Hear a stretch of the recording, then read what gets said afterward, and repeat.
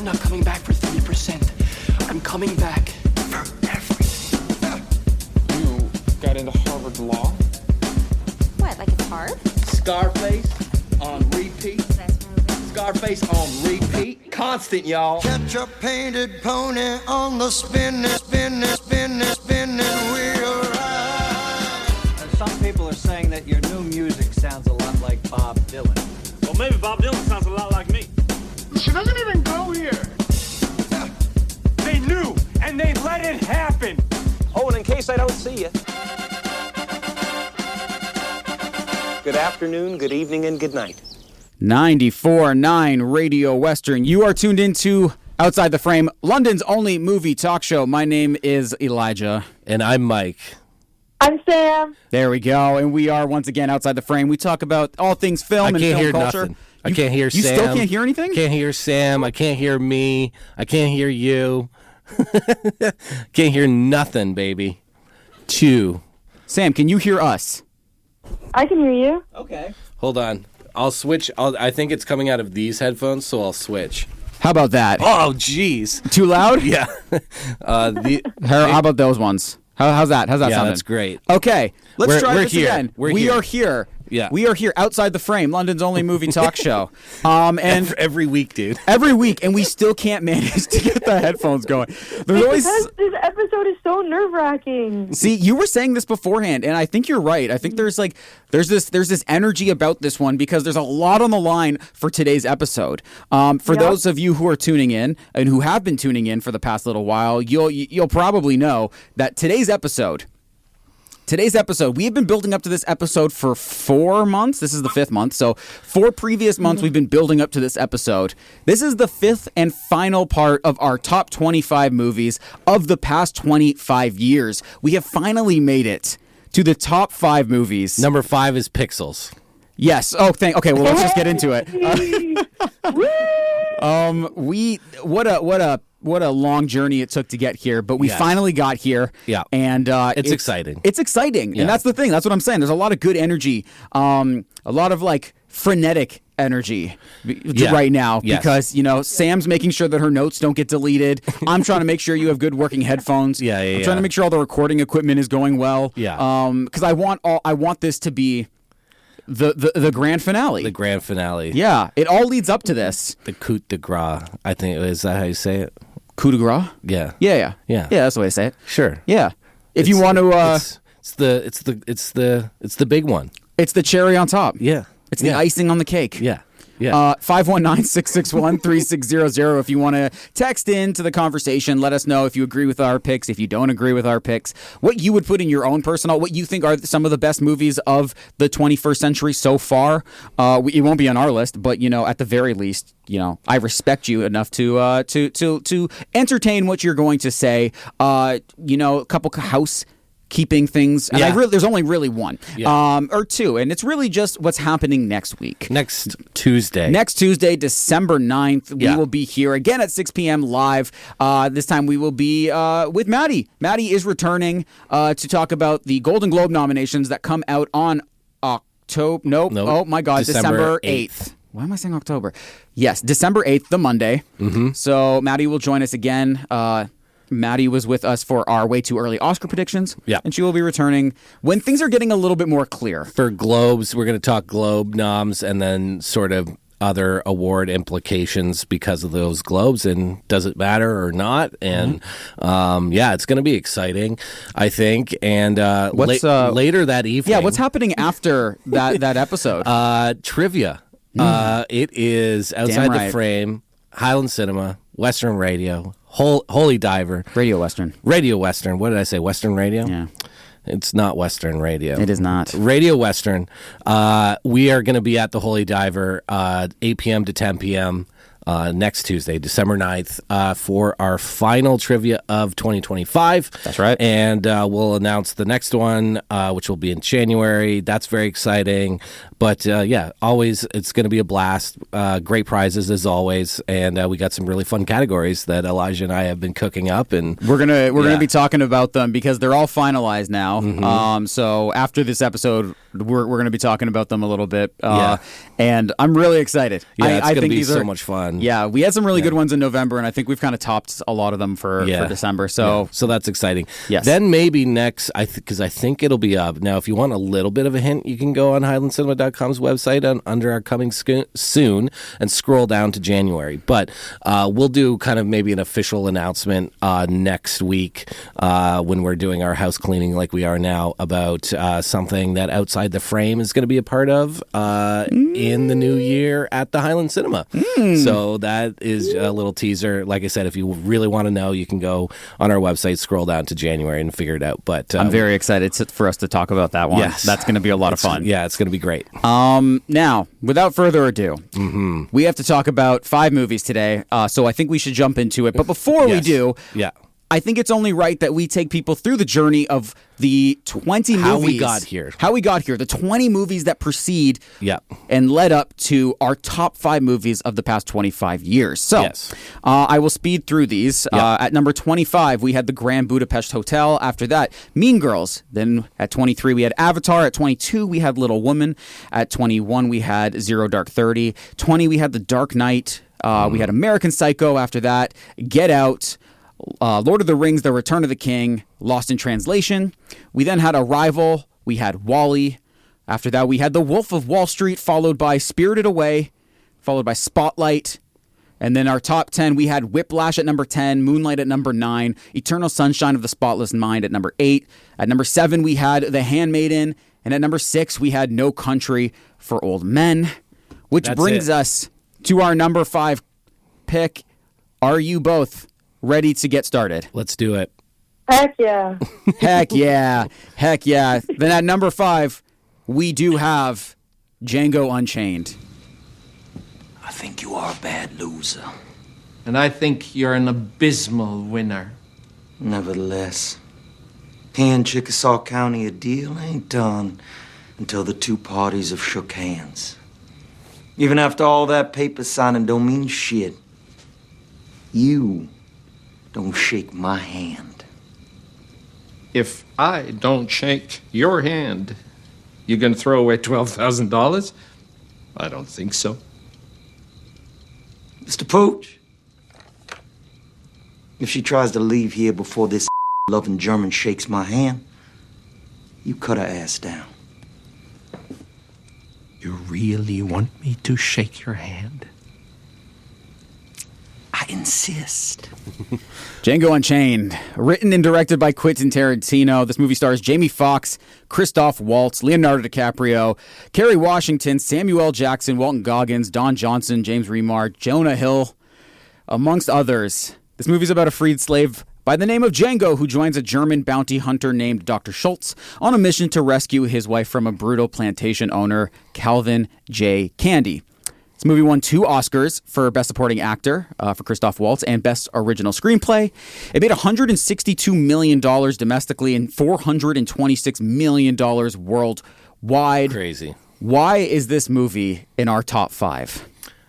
It's a great question. I mean, so for those of you who don't know, we kind of set a couple of rules for the 4 of us when we were choosing our list, and one of them was that a director or filmmaker couldn't be on the list more than once. Correct. So obviously, you know, most of Tarantino's work was done in post 2000. So he was going to be on this list somewhere. You could make the case for Once Upon a Time in Hollywood. You could make... Absolutely. We've had this discussion. Yeah, sure. It is his best movie. Now, that doesn't necessarily mean it's everyone's favorite movie. Those are 2 very different things.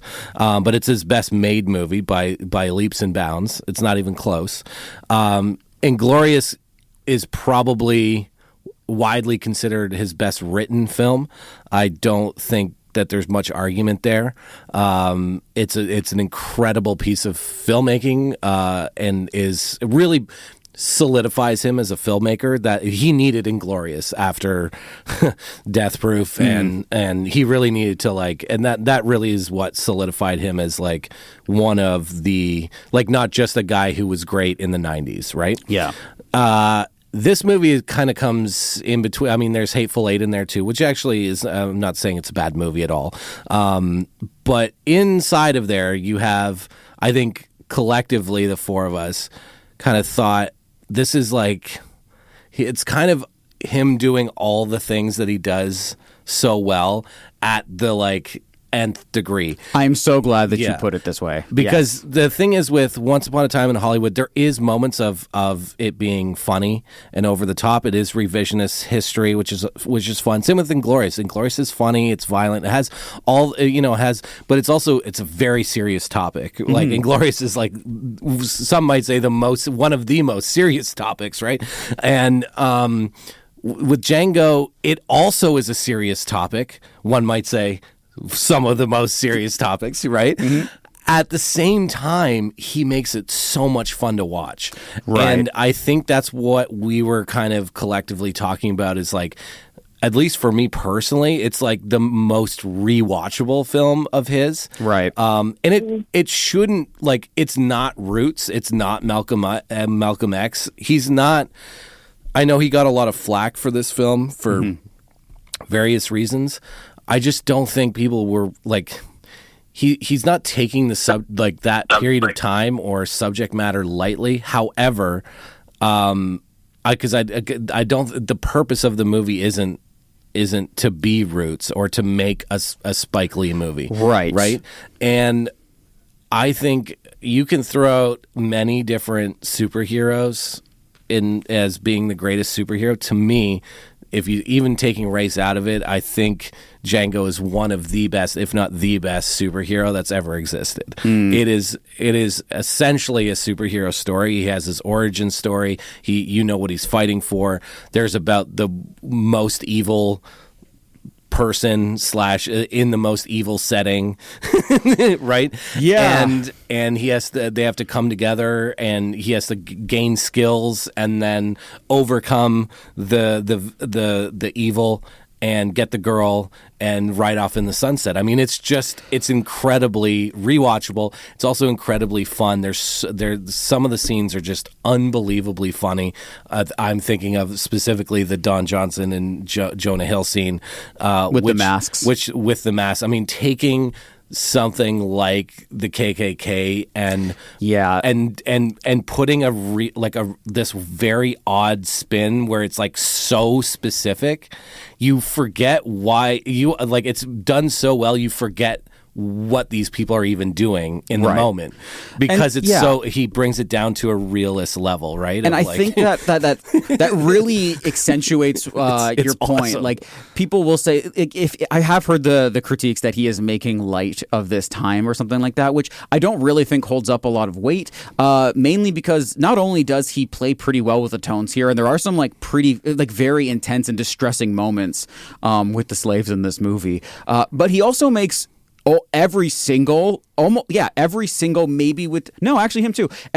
slave owner in this movie looks like the most inept, dumb person. Yeah, and they just don't know what they're doing. They're not very smart, especially in comparison to someone like Django, who is a free man, or Dr. Schultz. They're the smartest people in the room every single time. And the other thing, again, it's about context. Like, if Quentin was telling you, oh, I'm making my whatever Roots film or whatever, and this is what he came out with, that'd be like insane. Yeah, but he's a huge misfire. He's never said that, nor is the movie when you look at the movie relative to itself, what it's doing, it's not pretending to be anything. It's like, I mean, dude, just think of the soundtrack. He's telling you it's why, again, it's a great written script too, but like, they tell you a tale, a fairy tale in the movie. The movie is a fairy tale. It is a fantastical story. Yeah. And he just sets it against this backdrop.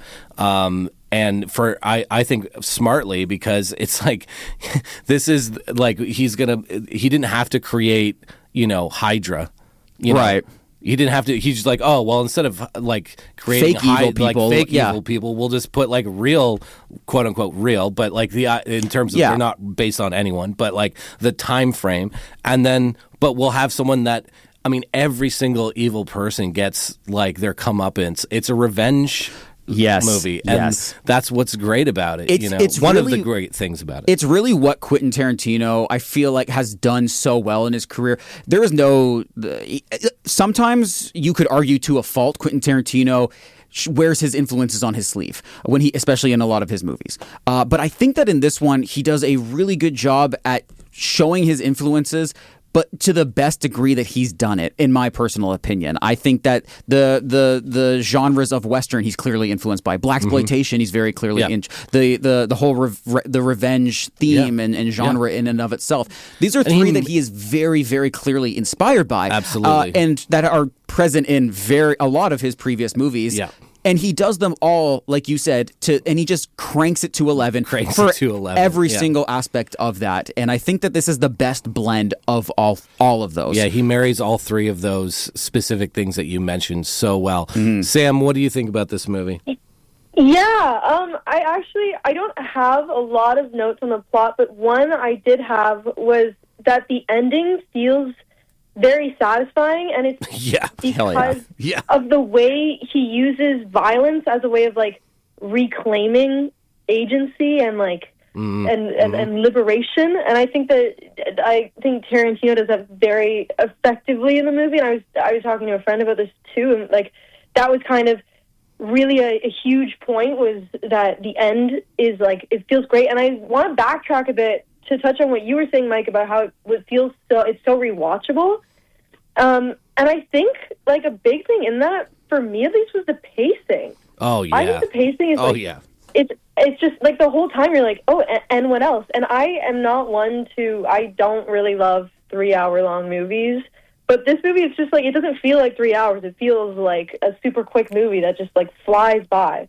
For sure. I feel like we have to touch on the fact that, like, Mike was saying that this is like Tarantino to the nth degree, but it's also a lot of the actors to the nth degree.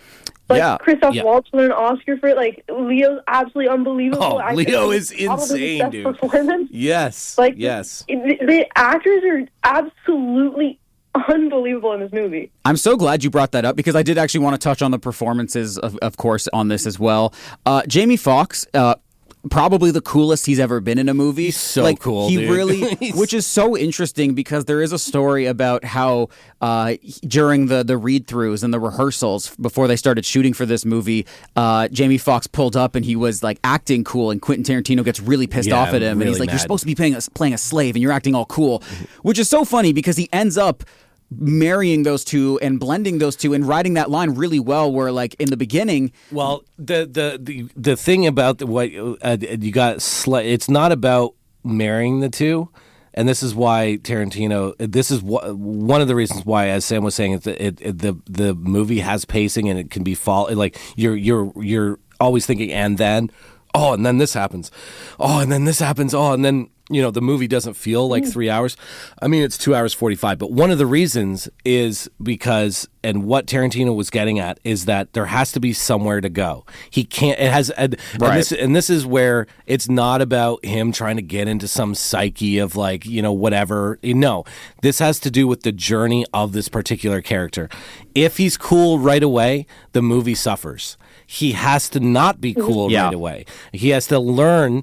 Learn things from Christoph Waltz, but also learn from his experience as well. Marry all of those things together, and then become cool. Right. And you have to, and we're on that. That's what we want to see. We want to see where the evolution of the character. Evolution of him being, starting from one way and then being in. I mean, like going like that scene. Scene that to me perfectly encapsulates that is where he is whipping. And everyone is like, what is this brothers guy? I believe and he like shoots them, and and everyone's like, what is happening? Like they've never seen anything like this before. See, that does, with the close, with his attitude, if he's just that at the beginning, the movie's not interesting. That's right. Yeah, it has to feel earned. That's right. Yeah, and he does a great job at that. Yeah. So I see what you're saying with that. Christoph Waltz playing the complete opposite of his character from Inglourious Basterds, and winning an Oscar for playing like two separate ends of that, or two separate sides of that coin. Does a great job at it as well. Obviously, it gets him his second Oscar. Yeah. Leonardo DiCaprio. the most unhinged. I'd say so probably the good. most unhinged he's been, because like even in Wolf of Wall Street, you know, there is a particular moment in the movie where he has to play reserved, specifically towards the beginning, a little bit towards the end. This movie, he's allowed to just let it all. He goes so there. Good. It's He so is good. an evil man in this movie, but like I mean, he's the cartoonishly evil. Yeah, and he's the big bad, and Of course. And the thing is, as Sam was saying, with the satisfying ending, the thing about it, and one of the critiques of this movie is like the language and like some of the content in the movie. The thing is that the ending only feels satisfying if the big bad is a big bad. Yeah, exactly. No redeeming qualities about this person. Right. Like, you don't feel if Darth Vader isn't like blown up planets, yeah, right? Then he's not Darth Vader. He's just some guy. In the same way here, like, I mean, the violence is cartoonish over the top, but that ending is so like amazing, where he just mows everybody down, and Candy gets his comeuppance, and Samuel and everyone is just getting blown to pieces. It's not as satisfying if you're like, well, you know, I guess he was kind of a good guy. Like, right. You don't want to feel in a revenge movie. Right, you don't want to feel anything for you. The only thing you want to feel is, man, they got what they deserved. Right? Yes, and that's the big thing. That's why not the only reason, but one of the reasons why that ending is so satisfying. Yes, and the violence is so satisfying, because if Leo was at 50% and then the whole movie was at 50% and it was a watered down version of all that stuff, the ending doesn't work. Samuel doesn't work. Samuel L. Jackson in this movie is unbelievably funny. I can't believe you didn't choose one of his scenes to play on the air. Yeah, I could have. Finding one for this was hard, and that one was hard enough. I had to do quite a bit of editing to that one, but because a lot of the scenes in this one are also long and drawn out, but to add to the intensity of it. This movie's fantastic. It's funny. It's entertaining. It's balls to the walls. There's not a bad scene in the movie. It's just a continual string of really great and entertaining scenes that makes up this whole movie. One thing I want to say before we move on. Yep. I just noticed that each of these 5 movies, one thing they have in common is I think they have 5 of the best endings of any movie. Of all the movies from the 21st century, they all have it's true. It's really true. Really phenomenal endings. Yeah, it's very true. And so, from cartoonishly over the top evil to methodically, depressingly real evil. Yeah. We move on to our number 4 pick, and that would be the Zone of Interest. Diese Kammer kühlt ab und diese erhitzt. Genau, der Prozess bewegt sich gegen den Uhrzeigersinn immer eine Kammer weiter. Also brennen, abkühlen, entladen, nachladen. Und Dauerbetrieb möglich.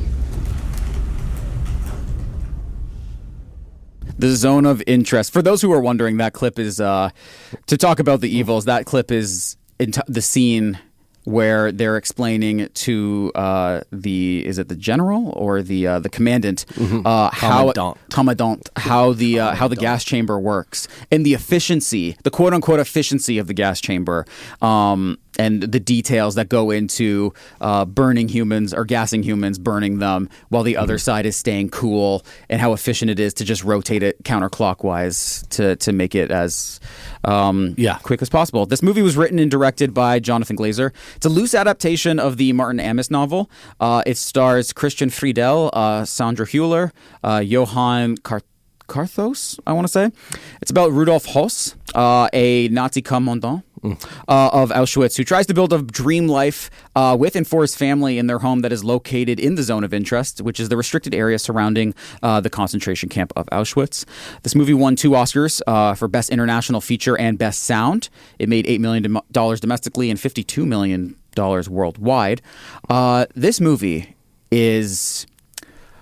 It's an interesting one. This movie, if you take it for what it is face value, I can understand why someone might find this boring if that's exactly how you look at it. Mm-hmm. But I think that this movie really thrives in the small details. Absolutely. Yeah. Sam, give us your thoughts immediately. What's I think this movie is absolutely unbelievable. I think for me, with movies, like, the thing that makes a movie great for me is if it sends me into a total thought spiral. And, like, this is, since I've seen this movie, I've thought about it, like, probably once a week since the day I've seen it. It's so unbelievable. And I also think it's interesting, too, because there's like, again, it's just, there's so many movies about World War II and the Holocaust. And I like that it's just another confirmation that you don't need an original story. You just need an original perspective. And I think that like the way that this film takes the perspective is really great. There's also something I wanted to bring up too. It's almost shot like it's almost like they split up the different components to making a movie and then put them all together. And what I mean by that is, like, you're watching a movie and the bottom half there's a family and they're happy and life is regular, and then all of a sudden on the top half there's a genocide happening. And then in the dialogue, everyone's just speaking and talking regularly. And then in the sound, again, there's a literal genocide going on. And I think that the way that the Jonathan Glazer, like, brilliantly puts all of that together makes this movie so just unbelievable, but also so unsettling to watch. Absolutely. As an audience member. Mike, I was wondering if maybe you had a little bit more background on Jonathan Glazer, because I know he didn't release the movie for, like, I think 10 years before this. That's kind of his bag. Yeah. Yeah. He takes his time. He takes his time with his movies, for sure. Yeah, he does. He did a film called Under the Skin. Which 2013, I believe? 2013, yeah. I believe that was the film he did previous to that. It was, yeah. With Scarlett Johansson. It's kind of like the more serious version of Species. Yeah. Seriously, it's basically Species, but if it was, like, taken really seriously and like an art house movie, it's quite good. He also did a film called Sexy Beast, I believe was his first film. Yes, and then is it called Birth with Nicole Kidman, and then Birth with Nicole Kidman, which wild concept. If you haven't seen, Sam, or people listening, but since Sam you asked, I would highly recommend checking it out, because I think your brain would like it's an really connect with the wild nature of this movie and the specificity of this film. Like, it's so, yeah, it's very odd and very weirdly specific, and it's about loss, like, but and grievance, but at the same time it just has some wild moves and twists and turns in the story. So I mean, I saw this movie at TIFF at super early in the morning. It was the first movie I saw after being up all night. I've told that story on the show before. What a way to start your day. Yeah, it was wild. I honestly do think this is the closest film to a Kubrick film that we've had since since Eyes Wide Shut, like since his last film. I truly think that. This is... And by that I mean, like, the perspective on the story and how to tell the story. So the storytelling aspect, but also, like, the sound, the way that it's shot. It just screams something that Kubrick would be something that he'd be into. And I'm not saying that like Glazer is Kubrick or whatever. I'm just saying that it felt very Kubrick-esque to me. I'm going to point out two things very quickly. Number one, I love that Glazer treats the audience like they're intelligent. So there's a lot of things in this movie that aren't going to be screaming at you as to what the movie's about. Quick example, it's not snow falling outside of one of the small details that is just extremely small brilliant. Detail, but you don't know that unless you've done at least some kind of I don't know, watching of other Holocaust films or readings or whatever. So there's lots of examples. I'm not going to go into them all, but that's just one simple one. The one that I think of is when they're swimming in the lake, and it never explicitly shows you what they find, but you could again, if you know, you'll know exactly what it is, or at least along the same idea of what is found in that lake that makes them all kind of evacuate. The last thing, and obviously we're like, this movie is 3-4 years old, so whatever. If you haven't seen it, you haven't seen it. Just pause it or skip past it if you're listening to it. But we were talking about the endings, and I wanted to bring up the ending. There's another film that I wanted to mention with Ryan Gosling called Believer, which actually has a very similar ending to this movie. Now they're both dealing with similar themes in the sense of they both have a Jewish element to them. But anyways, the ending of Believer is him going upstairs. He just is. There's this shot of him just kind of going up these stairs. In this film, he's going down the stairs. That's right. Right. So there's and I'm not going to go into a whole thing about it, but the reason why that's significant is because it's kind of like there's many different interpretations of what this means inside of Judaism, but one is like a bridge between like heaven and earth. So if you're ascending, it's like a sort of a way of like connecting earth and heaven. So if you're going upstairs, that would be a way of saying like, oh, this is a way either that he's trying to connect with the higher power, or maybe he's dying or whatever. And now in this one, he's not going up. Where is he going? He's going down, right? So that's kind of interesting. Literally into darkness, right? Into darkness. Also the idea is it's a way to describe and explain the nature of life and spiritual growth. So like it's a visual aspect of that. So again, if you're going up the never-ending stairs, you're trying to always learn and grow and try to figure things out. Again, he's doing the opposite, so you can see how the two endings kind of contrast each other. They contrast each other, and I love the idea of him using that the visual to get those ideas across. Also, just the ending is just one of the wildest swings. Not just I'm talking about a specific shot, but the whole sequence at the end. Fast forward is incredible. If you did not understand what was going on in this movie up until this point, they could not have made it more clear with that quick snapshot to what it is today. It's insane. Still though, keeping with the movie in how what's the word I'm looking for? Like banal the details can be of everyday life. It's while such a in wild this environment swing to decide to do that inside of this movie. Like the gall to do that is I haven't been at like that surprised in a movie.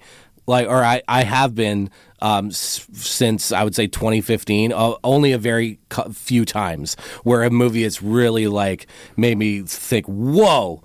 Like, I can't believe that, like, that decision was made. Like, what? That's so incredible. Like, and there's been a few times I can think of like 4 or 5 off the top of my head, and that's it. Right. And this was one of them. The first time that I saw that, I was like, wow, like, what a decision to make. And that whole sequence just totally brings it home as to what the point of the film is. And as you said, like, it's in our top 5. This was my favorite film of that year. That's right. But this was one of those like non-negotiables. Like, this is going to be high on the list. I didn't say where, but this is going to be high on the list, and it's got to be on the list, or we're not doing the list. For sure. Yeah. We all had a few of those, right? Yeah. So I also I think this is the most recent movie on the list. It's pretty hard to tell if a movie that came out recently would make this list, but like this one is absolutely no-brainer. Yeah, here's the thing is like, the term instant classic is kind of thrown around quite a bit, especially for marketing purposes these days. But this movie is probably the truest example of that, especially from the 2020s, I would say. Yeah. Instantly, it resonated with people who understand, and for good reason.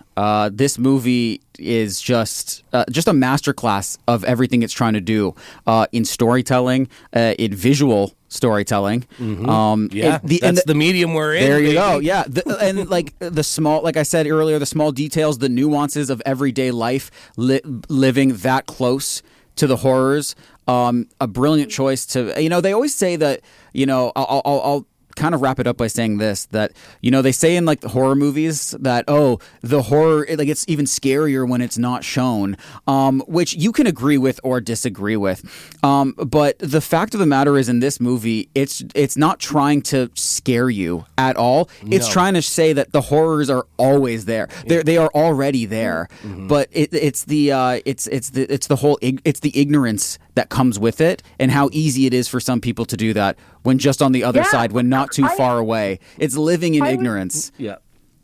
Go ahead, Sam. Sorry. Yeah, I was watching an interview that Jonathan Glazer did, and in it he was talking about how he doesn't he wants the audience to not feel that we're he doesn't want us to feel safely removed from the film, and like, and he said he wanted audience members to recognize their similarities to the perpetrator, and not in the way that's like, you know, put yourself in the world. Absolutely not. It's more like when you're watching it, you're like, I don't want to be here at all, and so like, we can bring that into today and think like, what are we ignoring and distancing ourselves from today? And that's kind of the thing, right? Is like, you can't remove yourself. By watching this, you cannot remove yourself from that perspective. And that's why it was a really smart decision of him and a really bold decision of him to make it seem so everyday life, because we do these similar things too. Like, we can see ourselves doing some things that these people are doing. There's not that much distance between somebody who's trying to live in ignorance while something is going on not too far away. A genocide even is not happening too far away.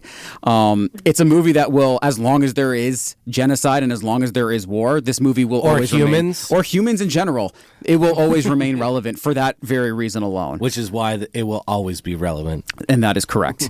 We're going to cut to commercial break before we get into our top 3 movies of the past 25 years. Do not go anywhere. You are listening to Outside the Frame, London's only movie talk show. We will be back in just a few seconds. Keep it locked.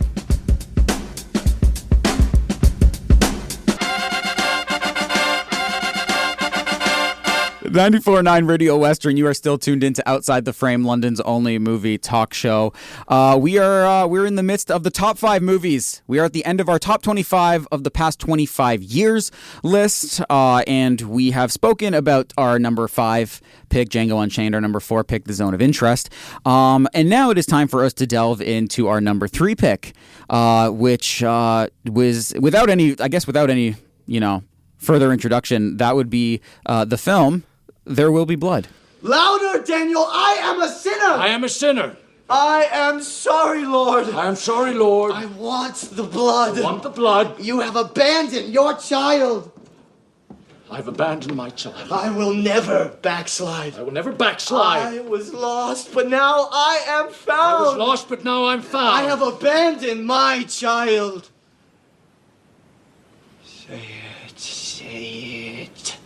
I abandoned my child. Say it louder. Say it louder. I've abandoned my child. I've abandoned my child. I've abandoned my boy. My God, I had to put that scene in there. Yeah, of course you did. Yeah, like No choice. there's no choice but that one. This movie was written and directed by none other than Paul Thomas Anderson, loosely based on the novel from Upton Sinclair called Oil. This movie stars Daniel Day-Lewis, Paul Dano, Kieran Hines.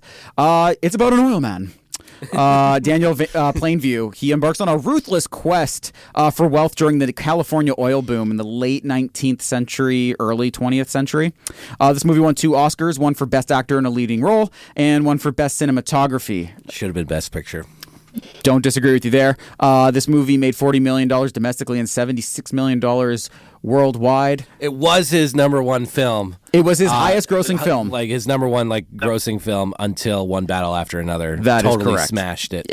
Right out of the water. And because I think this one made $76 million worldwide. I think that we're sitting at around that for One Battle After Another, just domestically. Just domestically, yeah. Yeah. It's made over 100 and some odd worldwide. Absolutely. Yeah. Check that while we talk about this movie and why this movie is on our list as our number 3 pick, anyways, for our list. Sam, do you want to talk about this movie a little bit? Sure. Why is it on our list? Okay, I watched this relatively recently, actually, and I was telling Elijah before this. Like, at first I was like, oh, like capitalism, like I get it. And then, like, yeah, dude. Wait, you don't need a boy to sit down and explain to you the themes of There Will Be Blood, Sam? Pretty much. But I was thinking about it more, and specifically, I was thinking about the character of Eli. He's my favorite, dude. I love it. Yeah. Also, that looks like the most fun role to play ever. Are you kidding? Dude, imagine getting to slap Daniel Day-Lewis across the face several times. And Unbelievable. Dano wasn't supposed to be in this movie. He came in late. He had 2 weeks to prep for this movie. Yeah. That is insane to why- be told that you're going up against Daniel Day-Lewis In you have, this role, in this too? role, and you have Yeah. 2 weeks to prep to play 2 different roles. Yeah. That's insane. I think it's one of the reasons why Paul Dano became one of my favorite actors. He's just an incredible person, screen presence, and he's kind of he's done other he's been in the DC superhero universe.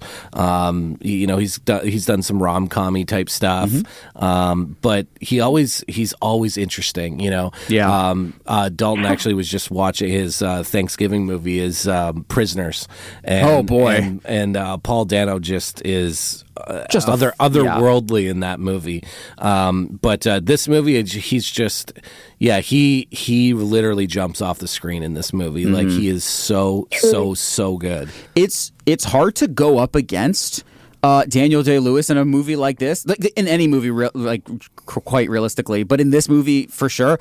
And he really stands up. Like, he really is up to the task, and not too far into his career either. No. I mean, it was only like 3 years before this movie that he was doing like The Girl Next Door. Yes. So to think that he was able to hold his own against Daniel Day-Lewis in this movie. I stand up for The Girls Next Door. I'm not saying it's a bad movie. I'm just saying like to go from a role like that I know. to a role like this. Yeah. Absolutely. It's a very, very important movie for me. Oh, I don't doubt it. But yeah, no, this what are you giggling about, Sam?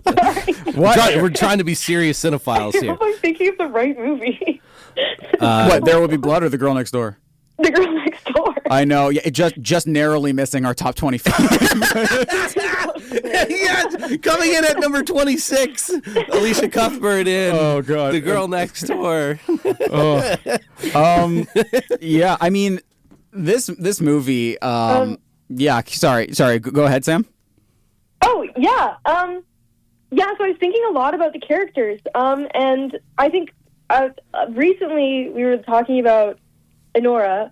I promise I'm going somewhere with this. And like, I felt like that movie was a lot of like sex and intimacy colliding with money. And then this movie, there's a lot of religion colliding with money. And I think it's sort of interesting how like these movies are sort of showing how much like this is just seeping into the cracks of like our lives everywhere. Sure. And then speaking of the characters themselves, I was thinking it was really interesting how Eli and Daniel are very different in the sense that like Daniel doesn't really have a family, Eli has a family, but then they have the same sort of they're the same, dude. Yeah. They have like it's like Eli doesn't have a great relationship with his dad, and then Daniel the same, and then they both are power hungry and are reaching for the same things, and it's such an interesting dynamic to watch. For sure. Yeah, this is the next. The sacrifice, I think, is like, as in, they both would give up anything if it meant they could get a little bit further. Yeah. Right? And the next three movies kind of have. This one and the next two kind of have very similar. But I mean, if we're gonna really talk about movies about that really encapsulate the 21st century so far, it's hard to escape the feel. It's hard to escape the themes of greed and how power corrupts all, especially when money is involved. So you're absolutely right. Power has corrupted both of them. They both are vying for it at whatever cost it may be, especially at the expense of when the other one is trying to get in their way. And this movie does this in a fascinating way. It's a movie, again, that I when I first saw this movie, I fell asleep through it. I was super bored, but I was also 12. Too young. There's no way you should be watching this movie at 12. And so when I watched this movie again when I was 20, it was like a whole other world had opened up to me. And then even more so when I watched it again earlier this year when we were doing our Paul Thomas Anderson ranking.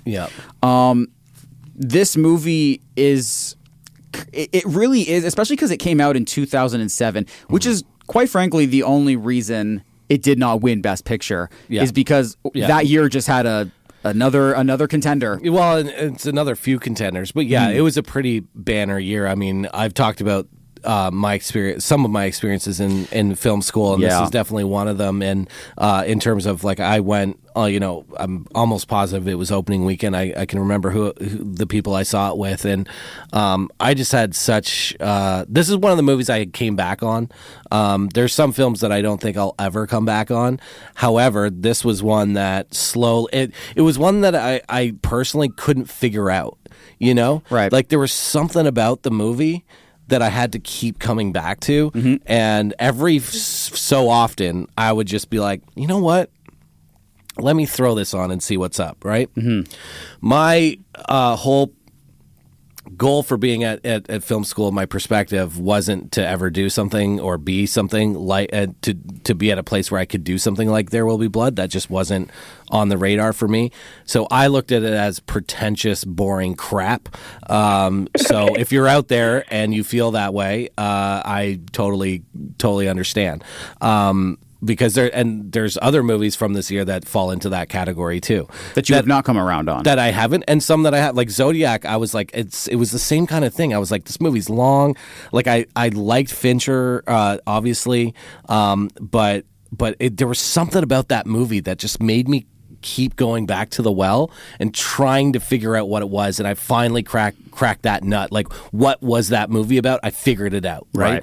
And for some people it's much more obvious, but I'm like 98% of the time a really stupid idiot. So sometimes the most obvious things like they don't hit me. I have to like really we all have those moments, man. Well, it's not moments. That's 98% of my life is like that, right? So it just takes me a long time to figure out things that are very obvious. So if you figured out Zodiac right away, like great, that's awesome. So this is one of the movies that I just came back on because it is honestly like boring, pretentious crap. Like that's what this movie is until you start digging into it, no pun intended, and you start looking at like, yes, it's not about if the performances are good or bad, or it's not about whether it looks good or not. Of course the performances are good. Of course the movie looks unbelievable on a big screen. But that, for me personally, none of the things that were going on in that movie was anything that I was ever interested in. So that's when it was like, okay, what is this movie, as Sam was saying, what is this movie really about? What is like PTA trying to say with these characters? And the character that is funny enough that Sam brought up, the character that I was identified the most with was Eli, in terms of like, man, there's something like this is the key to the whole thing. Like, there's something interesting here. And like the ending was out of nowhere to me when I first saw it. And I was like, okay, it's a wild ending, but like I don't it's stupid that it's there. Like why is this ending there? And this is not when I'm like 12. This is when I'm like 25. Right. Okay.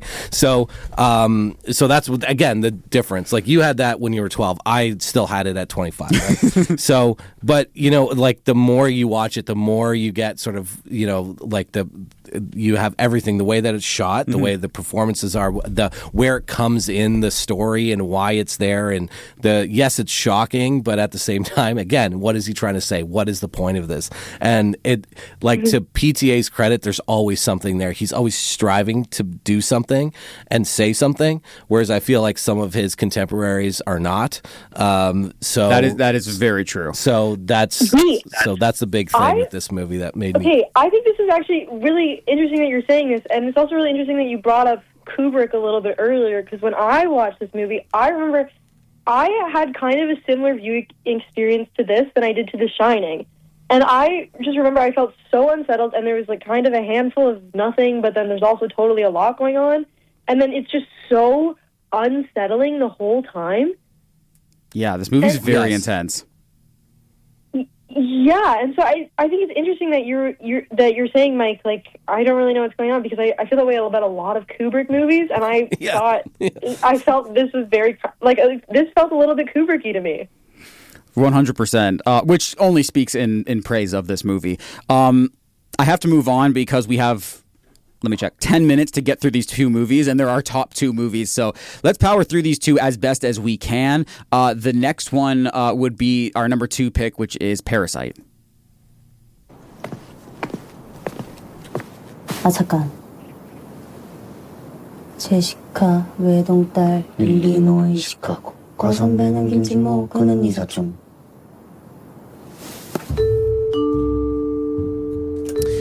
I won't do the usual intro I do for most of these movies. All you need to know about this movie truly is that it was written and directed, or co-written and directed by Bong Joon-ho. This movie came out in 2019.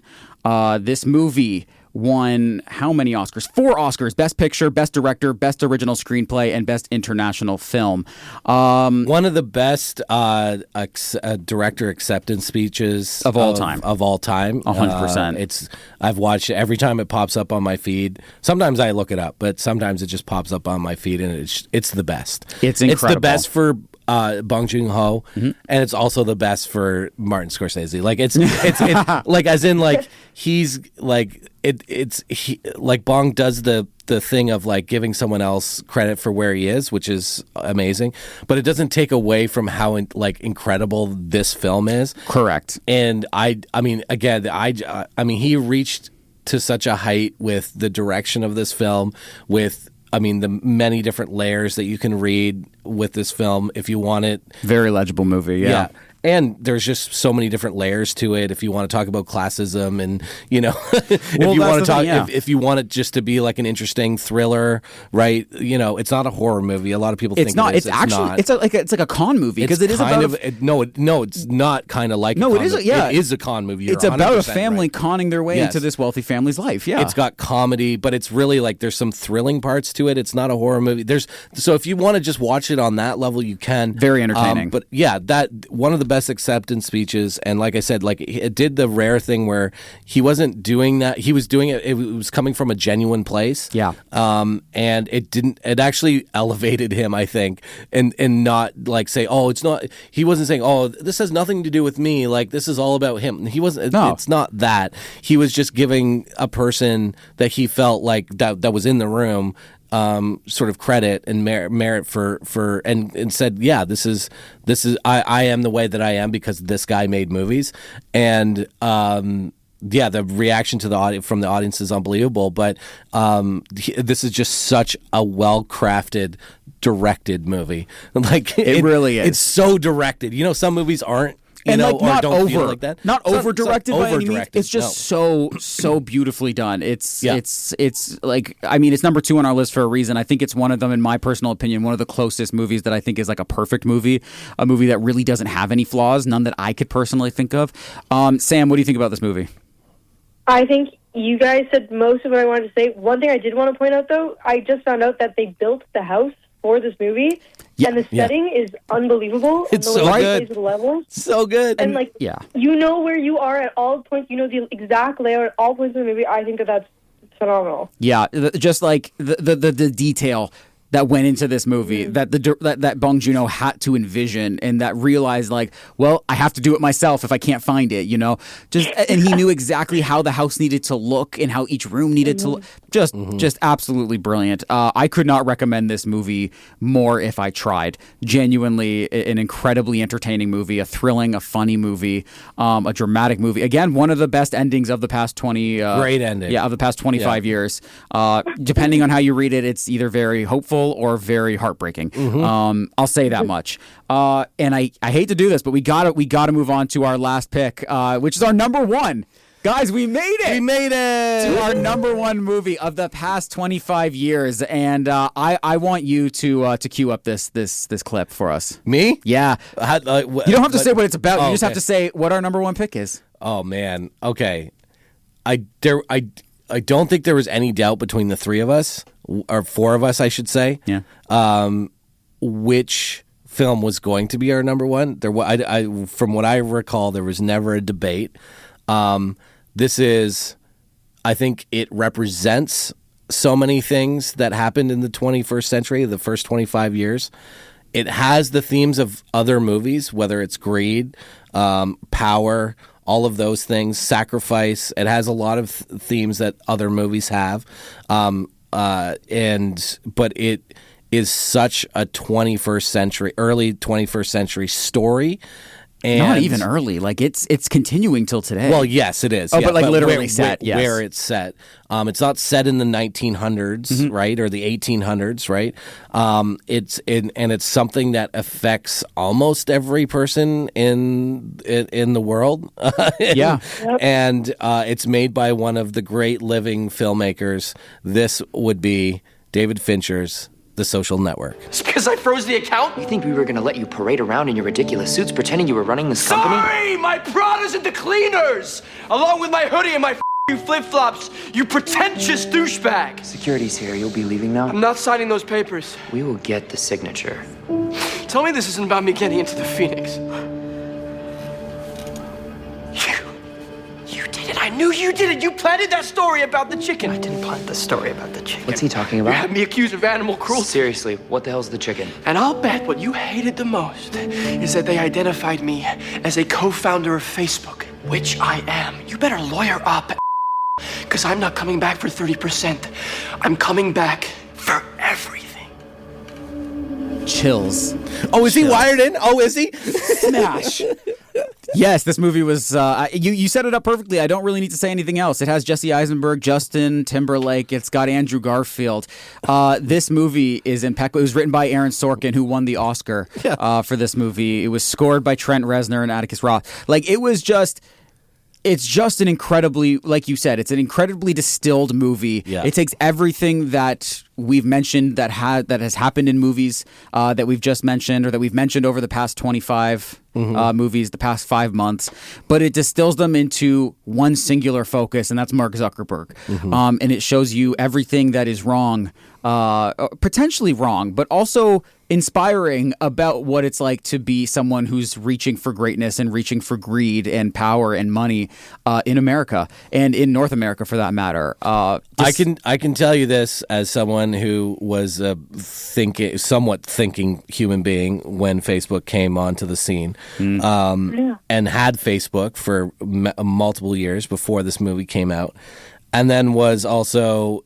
I was able to go and see the movie in theater. The interesting thing is, at least for me and a lot of other people, I mean, obviously we knew it was Fincher, but at the same time, everyone just kept calling it the Facebook movie. and when it was announced, we're like, wait, why is Fincher doing a Facebook movie? That's going to be the dumbest thing. Like it was literally ridiculed for I mean, the last year of film school for sure. Like and he's doing a Jesse, like, what is happening? Like, this movie is going to be the worst movie in the history of movies. Like, why do I? Because Facebook at that point, we're not Twitter is going to come out onto the scene very. If it's there, but it's not quite in pop culture yet, and. It had just become public for back. I think it was only like 2-3 years that it had been public. Yeah, but it was quick though in terms of its rise to being passé, and even at that point, it was like. You know, it wasn't quite yet not cool, but it was on the way of not being cool. Yeah, and Twitter is right there, like literally a year after this movie comes out, or less than a year. It's like the cool thing is Twitter. Yeah, and yes, Twitter used to be a cool place. Sure I swear, I was there. But this movie. When I sat down, I saw it in the theater because I was like, I have to go. Saw it in the theater, and I was blown to the back of my seat. I was like. How is this possible that he made me care about Facebook? Like, Facebook is stupid, and this like is one of I just was blown away by the whole thing. Everything, every single thing about it. The score, the performances, the direction, the storytelling. Yeah, like. It was just an incredible piece of filmmaking. Yeah, I couldn't agree with you more. Again, another introduction into one of the movies that I think is a perfect movie. It is a perfect movie. Yeah, Sam, what can you tell us about this movie? I really liked the clip that you used to introduce it because I think that that's a really great example of like how the dialogue is like they're like battle scenes. The script is unbelievable. Aaron Sorkin, man. Yeah, truly. I was listening to a podcast, and something that came up was that this is kind of like the last sort of snapshot that we have in time before, like, social media starts to really become scary and awful and 100% kind of decline. And so, in that way, it's like really super interesting. Like, I can't think of many other movies that are that great and also show that exact moment in time. Yeah. Like, could you imagine right now if it was announced that PTA was doing a movie about TikTok? That would be insane. That's an insane concept. But that's that is sure. Literally like, if you think of like I mean maybe even PTA is like almost like too big, like, or not too big, but that's what it's like. Like, think of like he had like his last film was Zodiac, okay? Yeah. And it's announced that he's doing a Facebook movie, and then that's like, now, like I said, we just pull it up and it's like, what, a TikTok movie? And it's PTA. PTA's doing a TikTok movie. That's going to be the worst. And it's like with Jacob Elordi. Like, this is the worst thing that's ever happened in the history of, like, it's over. Like mankind, like, it's like art is Cinema's over. done. Cinema's over. But by choosing to focus on these characters and how they come up, it's unbelievable. He knocks it out of the park. It is his best movie, without question in my eyes. It's definitely, I don't know. That's. How do you guys feel about a Fincher movie being number one? I feel cool absolutely amazing about it. Yeah, I am so happy. And I'm so happy to report that, with all of that being said, guys, our number one movie of the past 25 years is The Social Network. Yeah. We did it. Thank you so much, Sam, for joining us. I really appreciate having you on here, as always. Thank you for having me. And if you would have invented Facebook, they would have been the inventors of Facebook. I love that quote so much. And it's so usable. It is so usable to this day. If you thought of it, you would have been the one that thought of it. Like, it's so amazing, dude. Everybody, thank you so much for tuning in to Outside the Frame once again and coming on this 5-month journey with us. We really appreciate you for listening. And as always, we'll be back next week. And my name is Elijah. I'm Mike. I'm Sam. And we will see you all next week. Take care of yourselves until then. Thanks again, Sam.